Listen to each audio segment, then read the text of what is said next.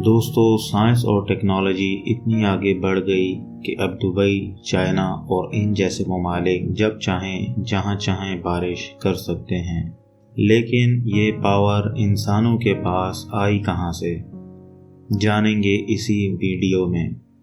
اس سے پہلے کہ آپ یہ جانیں کہ یہ بارش کن ممالک میں ہوتی ہے اور کیسے ہوتی ہے، آپ کو یہ جاننا ضروری ہے کہ قدرتی بارش کیسے ہوتی ہے۔ بارش ہونے کے لیے سورج کا ہونا بہت ضروری ہے۔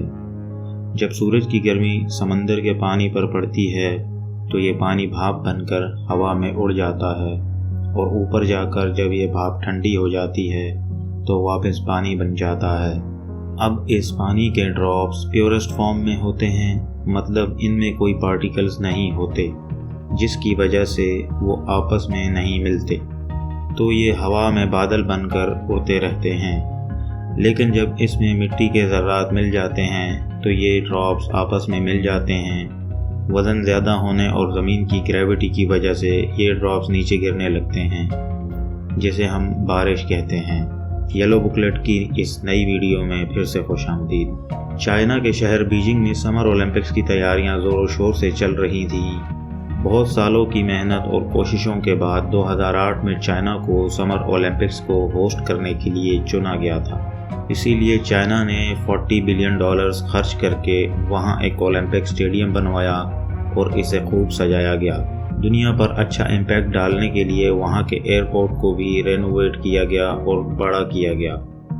لوکل ٹرانسپورٹ کے لیے ہزاروں بسیں بھی بنوائی گئیں۔ تمام تر معاملات تیار تھے، جس میں سیکیورٹی، لائٹننگ اور پاور جنریٹر سمیت ہر چیز شامل تھی جس کی ضرورت تھی۔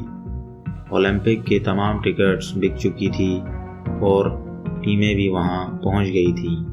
دنیا بھر سے لوگوں کو اس ایونٹ کے سٹارٹ ہونے کا انتظار تھا۔ اب صرف ایونٹ میں 2 دن باقی رہ گئے تھے، لیکن چائنیز گورنمنٹ کو ایک ایسی خبر ملی کہ سب سر پکڑ کر بیٹھ گئے۔ جی ہاں دوستو، وہاں کے میٹرولوجیکل ڈپارٹمنٹ نے تیز بارش کی پیشن گوئی کر دی، اور وہ بھی ٹھیک اسی دن جس دن یہ ایونٹ ہونا تھا۔ بارش ہونے سے پہلے یہ خبر وہاں کی انتظامیہ پر بجلی بن کر گری، کیونکہ یہ اسٹیڈیم اوپن ایئر تھا، اور اس ایک بارش کی وجہ سے ان سب کی سالوں کی محنت اور پیسہ ڈوبنے والا تھا۔ چائنیز گورنمنٹ، جس نے اربوں روپے لگا دیے تھے اس ایونٹ کو ہوسٹ کرنے کے لیے، اسے ہر حال میں اس ایونٹ کو ہوسٹ کرنا تھا۔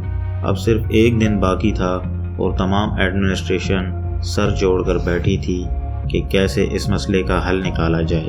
تبھی چائنیز گورنمنٹ نے ایک ایسا حل نکالا کہ جس سے ایونٹ اپنی مقررہ تاریخ پر ہوگا اور بارش بھی نہیں ہوگی۔ اس مسئلے سے بچنے کے لیے چائنیز گورنمنٹ نے کلاؤڈ سیڈنگ نامی ٹیکنالوجی کا یوز کیا۔ اب جس دن ایونٹ ہونا تھا، گھنے بادل بیجنگ کی طرف بڑھ رہے تھے، تبھی کلاؤڈ سیڈنگ ٹیکنالوجی کا استعمال کر کے ان بادلوں کو شہر سے باہر ہی برسنے پر مجبور کر دیا، اور ایونٹ کے دوران آسمان صاف رہا اور ایونٹ کامیابی سے مکمل ہوا۔ ناظرین، کلاؤڈ سیڈنگ کی دریافت 1946 میں امریکن کیمسٹ ونسنٹ شافر نے کی۔ کلاؤڈ سیڈنگ میں ہوتا کچھ یوں ہے کہ آرٹیفیشل پارٹیکل مطلب سلور آیوڈائڈ کو جہاز کے ذریعے ہوا میں اسپرے کیا جاتا ہے۔